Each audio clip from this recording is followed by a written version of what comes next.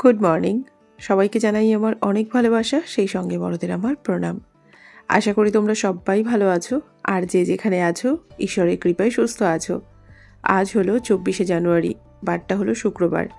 সকালবেলায় ঘুম থেকে উঠে কয়েকটা জামা কাপড় কেচে দিয়েছিলাম, সেই সাথে 17 ইঞ্চিটাও কেচে দিয়েছি। তো সেগুলোই মেলতে এসেছি। আজকে সকাল সকাল স্নান করে নিয়েছি, আর এখন ভাবছি নিচে যাব। তবে ভাবলাম যাওয়ার আগে পুদিনা গাছটাতে একটু জল দিয়ে যাই। তো এদিকে দেখছি জল ট্যাপ থেকে পড়ছে না, কারণ ট্যাঙ্কিটা অর্ধেক ভরা না থাকলে জল পড়ে না।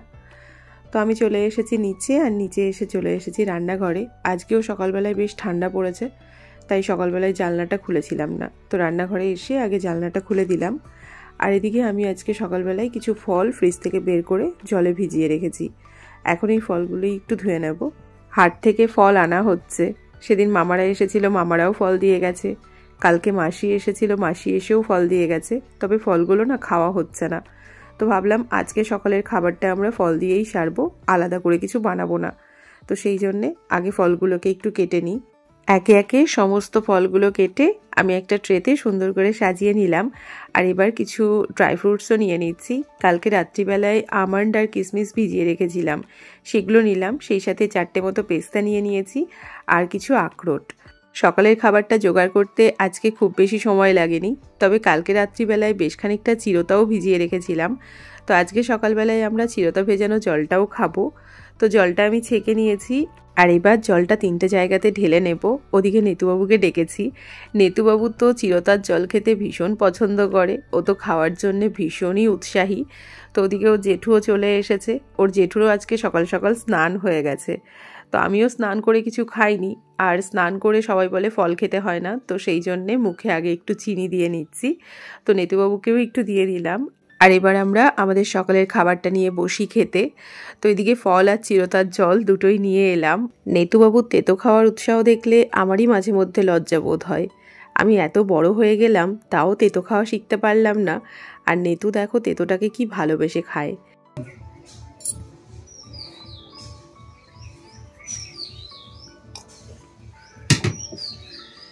নেতুবাবু ফার্স্ট, আমি সেকেন্ড, আর জেঠু থার্ড।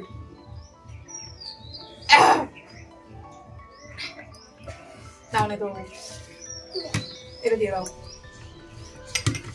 নাও এবার ফল খাও, শক্তি বাড়াও।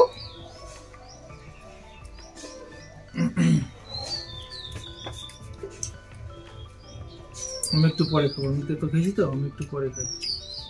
নেতুবাবুর জেঠু কথাটা এমনভাবে বলল, মনে হচ্ছিল ও একাই তেতো খেয়েছে আর আমরা দুজন মিষ্টি খেয়েছি। তবে তেতো খাওয়ার সঙ্গে সঙ্গে আমাকে কিছু মুখে দিতেই হবে। আমি তো খাওয়া শুরু করে দিয়েছি ফল, সেই সাথে নেতুবাবুও। ওরকম করে খেতে হয় না।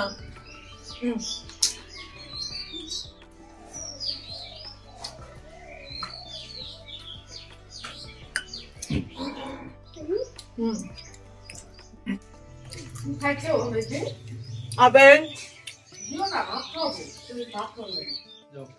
এখন রেখে দাও, ভাত খেয়ে পরে খাও। সকালের খাওয়া দাওয়ার পর্ব শেষ হলো, আর এবার দুপুরের জোগাড় শুরু করলাম। এই পালং শাকগুলো অনেক দিন থেকে ফ্রিজে ছিল, মানে ব্যারাকপুরে যাওয়ার আগে থেকে ফ্রিজে ছিল। তো বেরই করা হচ্ছিল না, আজকে বের করে ধুয়ে নিয়েছি। সেই সাথে আরও কিছু সবজি ধুয়েছি। আর এদিকে ফ্রিজে যে মাছটা ছিল, সেই মাছটাও বের করে এখন একটু লবণ হলুদ মাখিয়ে রাখছি। মাছটা ভাজতে বসাবো, তবে তার আগে গ্যাসটা জ্বালিয়ে কড়াইটা একটু ভালো করে তাতিয়ে নিই। প্রত্যেক দিনই সিলিন্ডারের চাবিটা নামিয়ে রাখি, কিন্তু সকালবেলায় যখন গ্যাসটা জ্বালাতে যাই তখন না একেবারেই মনে থাকে না। তো এদিকে আমি কড়াইটা বসিয়ে দিয়েছি, আর এবার যে সবজিগুলো ধুয়ে রেখেছি সেগুলো একটু কেটে নিই। গাছের 2টো বেগুন নিয়েছি, একটুখানি কুমড়ো ছিল। কুমড়োটার বেশিরভাগটাই নষ্ট হয়ে গেছিলো, অনেক দিন ধরে ছিল তো, ওপরে ওপরে ফেলে দিয়েছি। আর একটা ছোট্ট আলু নিয়েছি। তো এই সমস্ত কিছু দিয়ে একটা নিরামিষ তরকারি করব। আমি জানো তো আগে কড়াইটা বসানোর সঙ্গে সঙ্গে তেল দিয়ে দিতাম, তবে এবার সেজো পিসিকে দেখে শিখেছি কড়াইটা ভালো করে তাতিয়ে তারপর কিছু দিলে সেটা লাগার সম্ভাবনা একটু কম থাকে। তো এখন আমিও তাই করি। মাছগুলো ভাজতে বসিয়ে দিয়েছি, আর এবার পাশে একটা কড়াই বসিয়ে তাতে খানিকটা তেল দিয়ে বেশ কিছু বড়ি ভাজতে বসাচ্ছি। এই বড়িগুলো সেদিন ছটি দিয়েছিল, সবকটা বড়ি একবারে রান্না করে ফেলছি, কারণ এই বড়িগুলো না খুব একটা ভালো রোদ পায়নি, আর অনেক দিন ধরে ঘরে ছিল, তাই খারাপও হয়ে যেতে পারে। আর মণ্ডলবাবু আর আমি দুজনাই যেহেতু বড়ি খেতে ভালোবাসি, তাই খাওয়াও হয়ে যাবে। তো বড়িগুলো ভেজে একটু নামিয়ে নিলাম। আর এবার ওই কড়াইতে তেল দিয়ে তেলের ওপরে শুকনো লঙ্কা, তেজপাতা আর একটুখানি ওই 5 ফোড়ন দিয়ে সবজিগুলো দিয়ে দিচ্ছি। ভেবেছিলাম আলুটাকে একটু ভেজে নিয়ে তারপর বাকি সবজিগুলো দেব, তারপর মনে হলো সব কিছু একবারেই ভেজে নিই। তো খানিকটা মটরশুঁটিও দিয়ে দিলাম। আর এবার যে পালং শাকটা ধুয়ে রেখেছিলাম সেটাকে কেটে নিচ্ছি।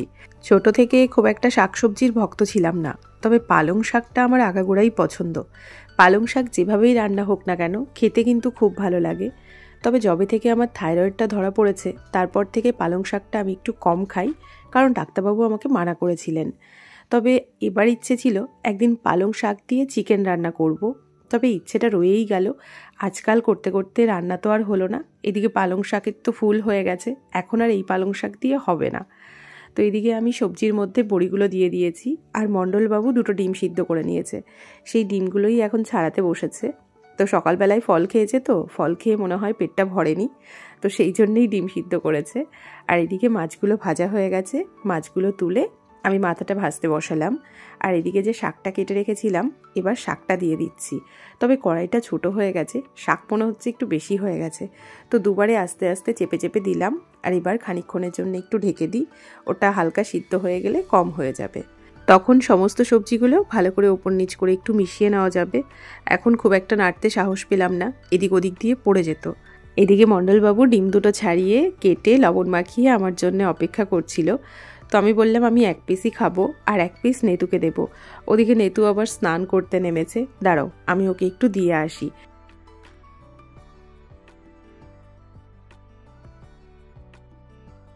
এবার সবজিগুলোকে একটু ওপর নিচ করে দিই। তো শাকটাও খানিকটা কম হয়ে গেছে, আর আমি সবজিগুলোকে ওপর নিচ করে ভালো করে একটু ভেজে নিয়েছি। আর এবার এর মধ্যে দিয়ে দিলাম পরিমাণ মতন হলুদ দিয়ে 2-3 মিনিট ভেজে নিয়ে এবার আমি এর মধ্যে পরিমাণ মতন জল দিয়ে দিচ্ছি। প্রথমে ভেবেছিলাম জল দেব না, তারপর মনে হলো জল না দিলে বড়িগুলো সিদ্ধ হবে না। মাছের মাথাটা ভাজা হয়ে গেছে, তাই মাছের মাথাটা তুলে কড়াইটা নামিয়ে চাল ধুয়ে আগে ভাতটা বসিয়ে দিলাম। ভেবেছিলাম আগে তরকারি রান্না করব, তারপর ভাতটা বসাবো। আজকে মাছের ঝোলটা করব কচু দিয়ে, আর এদিকে কচুটাই কাটা হয়নি, তাই আগে ভাতটা বসিয়ে দিলাম। ওদিকে ভাতটা হতে হতে আমি এদিকে কচুটা একটু কেটে নিচ্ছি। এই কচুটা আমাকে মা দিয়ে গেছিলো, এটা আমাদের বাড়ির কচু। তো কচুটা খেতে কেমন হবে জানি না, কাটার সময় ভাবছিলাম যদি আবার গলা টলা চুলকায়, কারণ কচু তোলার পর যদি বেশ কয়েকদিন রোদে রাখা যায় তাহলে কিন্তু সেই কচুতে গলা একটু কম চুলকায়। আর মা এই কচুটা কালকেই দিয়ে গেছে, আর আজকেই আমি রান্না করছি। যদিও কালকে খানিকক্ষণের জন্য রোদে রেখে এসেছিলাম, তবে হ্যাঁ আমি কিন্তু মণ্ডলবাবুর জন্য চিন্তা করছি না, কারণ ওর গলা খুব ভালো। ওর গলা কোনো কচু খেলেই চুলকায় না, সব কচুই ও খেতে পারে। তো ও কচুর তরকারি খেতে ভালোবাসে বলেই মা কালকে কচুটা দিয়ে গেছে। তো কাকিমাকে আর ছোটিকে একটু করে দিলাম, আর ঘরে এসে এখন আমি একটু কফি বানিয়ে নিচ্ছি। আজকে মণ্ডলবাবুর ইচ্ছে হয়েছে কফি খাওয়ার, তো ওকে যখন বানিয়ে দিচ্ছি তাই ভাবলাম আমিও একটু খাই। অনেকের মুখেই শুনেছি শীতকালে কফি খেতে ভালো লাগে, তবে আমি খুব একটা কফি প্রেমী মানুষ নই, আমার চাটাই বেশি পছন্দ। খাই না এমন নয়, খাই, তবে তুলনামূলক কম। আজ পর্যন্ত যতবার কফি কেনা হয়েছে অর্ধেকটা খাওয়া হয়েছে আর অর্ধেকটা জমে গেছে। আমি জানি না কেন আমার ঘরে না কফি খুব তাড়াতাড়ি জমে যায়। সেই জন্যে মণ্ডলবাবুকে বলেছিলাম এবার একটা ছোট্ট কৌটা আনবে, তো আমার কথা মতো এবার একটা ছোট কৌটাই এনেছে। তবে এবার কফিটা তুলনামূলক একটু বেশি খাওয়া হচ্ছে, মানে মণ্ডলবাবুর কফিটা বেশ পছন্দ। তবে না, আমার এখন আরাম করে বসে কফি খাওয়ার সময় নেই। এদিকে তরকারিটা বসিয়েছিলাম, তরকারিটা হয়ে গেছে, বড়িগুলো বেশ সুন্দর সিদ্ধ হয়ে গেছে। আর এবার সবশেষে একটু ভাজা জিরের গুঁড়ো দিয়ে দিচ্ছি। আর তরকারিতে কিন্তু কোনো মশলাই দিইনি, মানে নুন, ঝাল, হলুদ, তেল আর একটু ভাজা জিরের গুঁড়ো, এই হলো আজকে তরকারির মশলা। তো খানিকটা তরকারি আমি তাপসবাবুকে দিতে চাইলাম, ও খেতে বসেছে। তো ছোটি বলল আজকে তরকারি ও অনেকটাই করেছে, তাই আর নিল না। আর ওদিকে মণ্ডলবাবুকে ফিজিওথেরাপি করাতে দাদা চলে এসেছে। আমি এদিকে তরকারিটা ঢেলে খানিকটা চায়ের জল বসিয়ে দিলাম ওই দাদার জন্যে। আর এদিকে ভাতটাও হয়ে গেছে, এবার ভাতটা নামিয়ে কড়াইটা বসিয়ে কচুগুলো ভাজতে বসিয়ে দিচ্ছি। তো এদিকে কচুগুলোকে আগে একটু ভেজে নেব। আমি কিন্তু কচু রান্না করলে সিদ্ধ করে কখনোই রান্না করি না, তোমাদের আগেও বলেছি। আমি একটুখানি লবণ দিয়ে ভেজে নিই।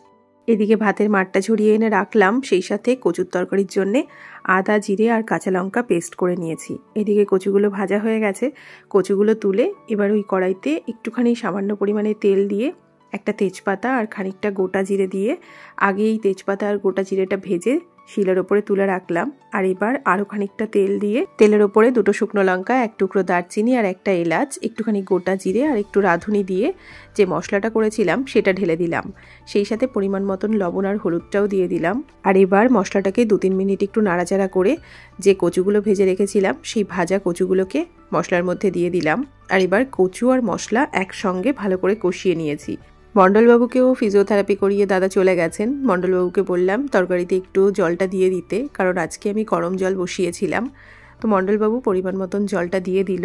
এদিকে ঝোলটা একটু ফুটতে থাকুক, ততক্ষণে সিঙ্কে আমার কিছু বাসন জমেছে, এই বাসনগুলোকে আমি একটু মেজে নিই। তো বাসন ধোয়া হয়ে গেছে, এদিকে ঝোলটাও ফুটতে আরম্ভ করেছে। আমি এদিকে ভেজে রাখা মাছগুলো দিয়ে দিলাম। আর এবার এটাকে খানিকক্ষণের জন্য একটু ঢেকে দিলাম। শুকনো খোলায় ভাজা জিরের থেকে যদি তেলের ওপরে জিরে ভেজে কোনো তরকারিতে দেওয়া হয়, সেই তরকারি খেতে আমার একটু বেশি ভালো লাগে। তবে প্রত্যেক দিন বাটাবাটির ঝামেলা ভালো লাগে না বলে আমি শুকনো খোলায় জিরে ভেজে গুঁড়ো করে রাখি, কাজটা খুব সহজে হয়ে যায়। তবে এবার সেজো পিসির কাছ থেকে আমি কচুর তরকারি রান্নার একটা টিপস পেয়েছি। পিসি বলেছে ভাজা জিরের সঙ্গে যদি 1 কোয়া রসুন বেটে দেওয়া যায় তাহলে কচুর তরকারির স্বাদ অনেকাংশে বেড়ে যায়। তো আমি আজকে প্রথম পিসির মতো 1 কোয়া রসুন আর ভাজা জিরেটা বেটে দিলাম। আমার দুপুরের রান্নাবান্না তো হয়ে গেছে, তবে মণ্ডলবাবু একটু কাজ করছে, ওর কাজটা হবে তারপরেই আমরা খেতে বসবো। তো এদিকে মাছের ঝোলটা একটা গামলাতে নামিয়ে নিলাম, ওর হাতের কাজ হয়ে গেছে। আর এবার দুপুরের খাবারটা বেড়ে নিচ্ছি।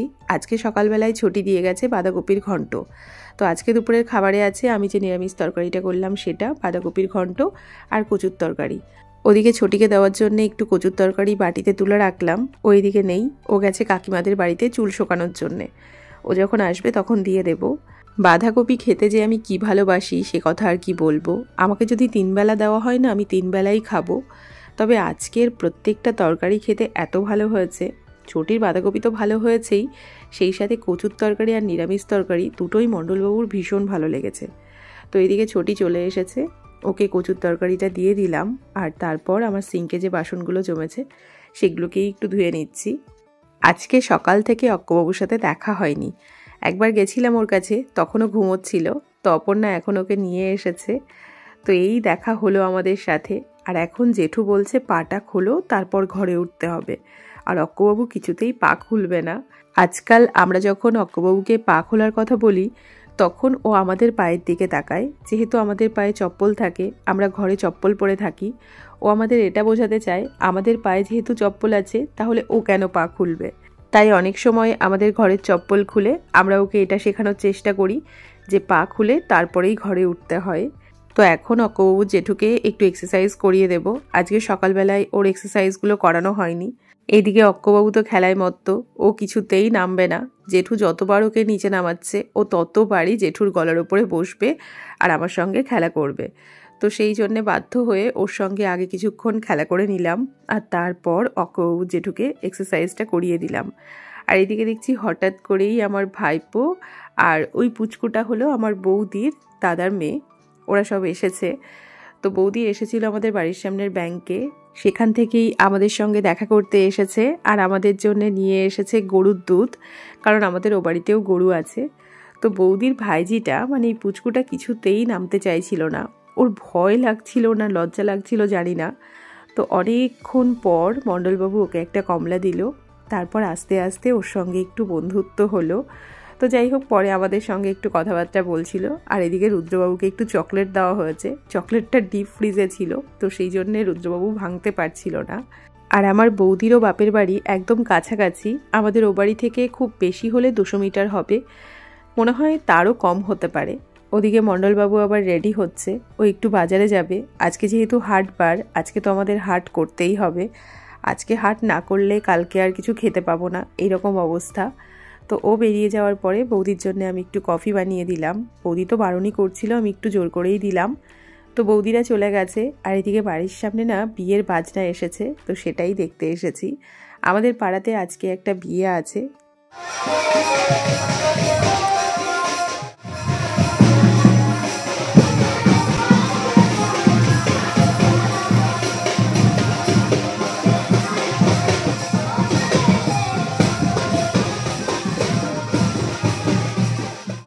যাই বলো, বিয়ের আরেক নাম কিন্তু পরিবর্তন।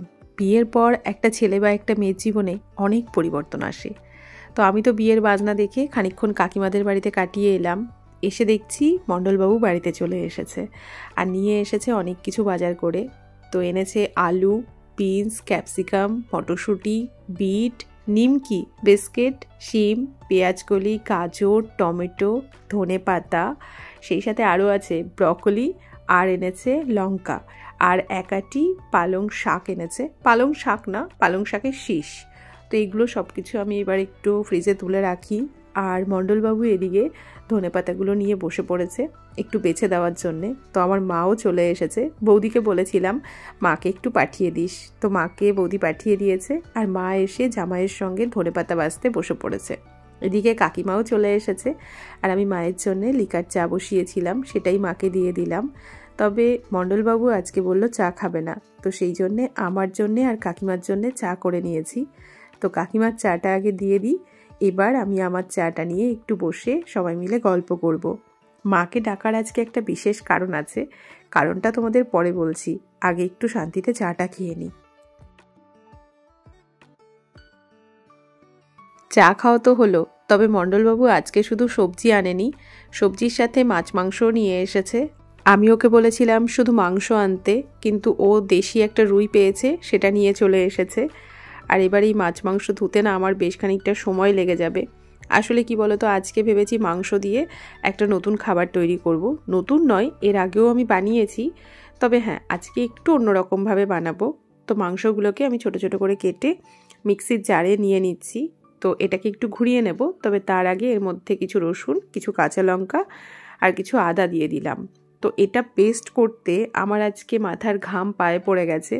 মানে আমার সবথেকে বড় ভুল হয়েছে ওর মধ্যে রসুন, আদা, কাঁচা লঙ্কাটা দেওয়া, ওটা কিছুতেই পেস্ট হচ্ছিল না। তো যাই হোক অনেক কষ্টে পেস্ট করে নিয়েছি। আর এবার আমার কাছে ছিল চিজ কিউব, তো সেই চিজ কিউবগুলোকে আমি একটু ছোট ছোট করে কেটে নিচ্ছি।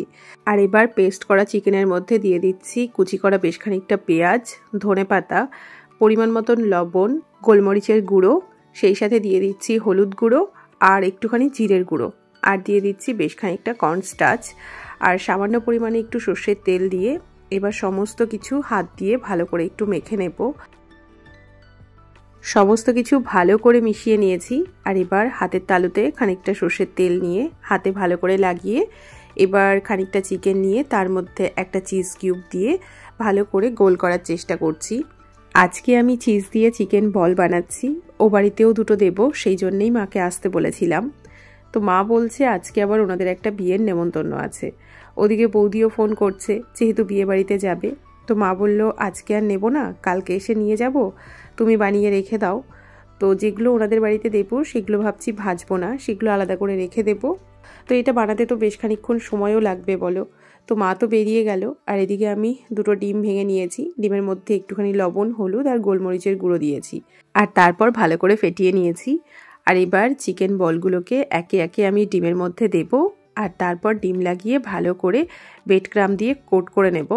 তবে একবার নয়, আমি দুবার করব, এতে করে এটা একটু বেশি মুচমুচে হবে। তো আবারও আমি ডিমের মধ্যে দিলাম, ভালো করে এপিটোপিট ডিমটা লাগিয়ে আবারও ব্রেড ক্রাম্ব দিয়ে ভালো করে কোট করব। এই একই পদ্ধতিতে সমস্ত চিকেন বলগুলোকে আমি আগে রেডি করে নিলাম, আর এবার এগুলোকে আমি একটু ভেজে নেব।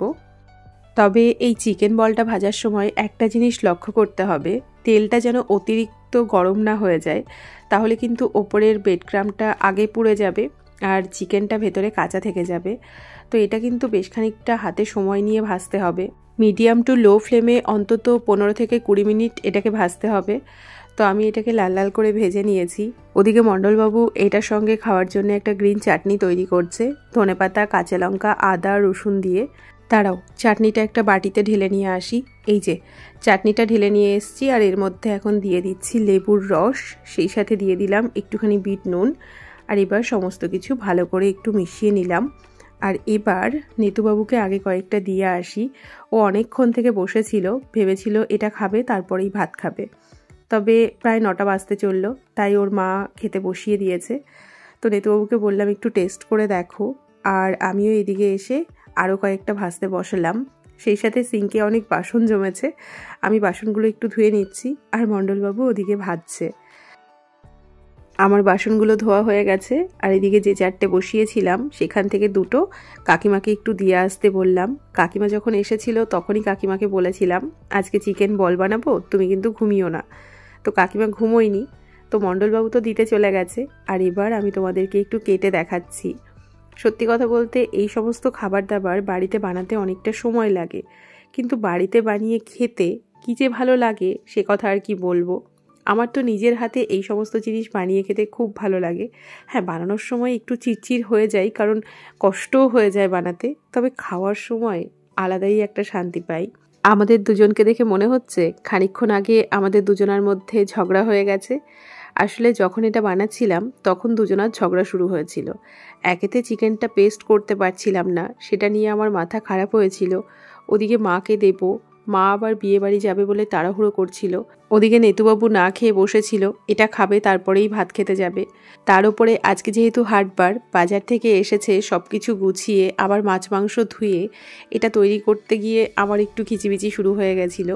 তো ও বলল দাও আমি পেঁয়াজটা একটু কেটে দিই। তো ও এমনিতে পেঁয়াজ না খুব ছোট ছোট করে কাটে, আর আজকে পেঁয়াজগুলো বড় বড় করে কেটেছে। তো ওর পেঁয়াজ কাটাটা আমার একদমই পছন্দ হয়নি, তো সেটা নিয়েই ঝামেলাটা শুরু হয়েছিল। তবে বানানোর সময় ঝামেলা হলে কি হবে, খাওয়ার সময় মিল হয়ে গেছে। আর আজকে তো আমরা এক প্লেটেই নিয়েছি, কারণ আলাদা করে প্লেট লাগানোর প্রয়োজনই হয়নি। গরম গরম ভেজেছি আর গরম গরম খেয়েছি।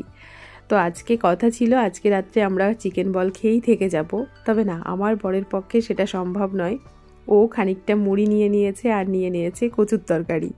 তো ওর রাত্রিবেলায় এই জাতীয় কিছু দরকার, সে যত ভালো খাবারই ওকে দাও না কেন, ভাত মুড়ি ওর লাগবেই। রুটি ওর খুব একটা পছন্দ নয়। আমি অবশ্য ওকে বলেছিলাম একটু ভাত করে দিই, ও বলল না, ভাত করার দরকার নেই, আমি মুড়ি খেয়ে নেব। আমাদের রাতের খাওয়া দাওয়ার পর্বও শেষ হলো, আর এবার রান্নাঘরটা পরিষ্কার করে তারপরে শুতে যাব। তো চলো, আজকের দিনটাও এভাবে কেটে গেল। তো আজকের মতো ব্লগটা এখানেই শেষ করি। তোমরা সবাই সাবধানে থেকো, নিজেদের খেয়াল রেখো। Tata and good night.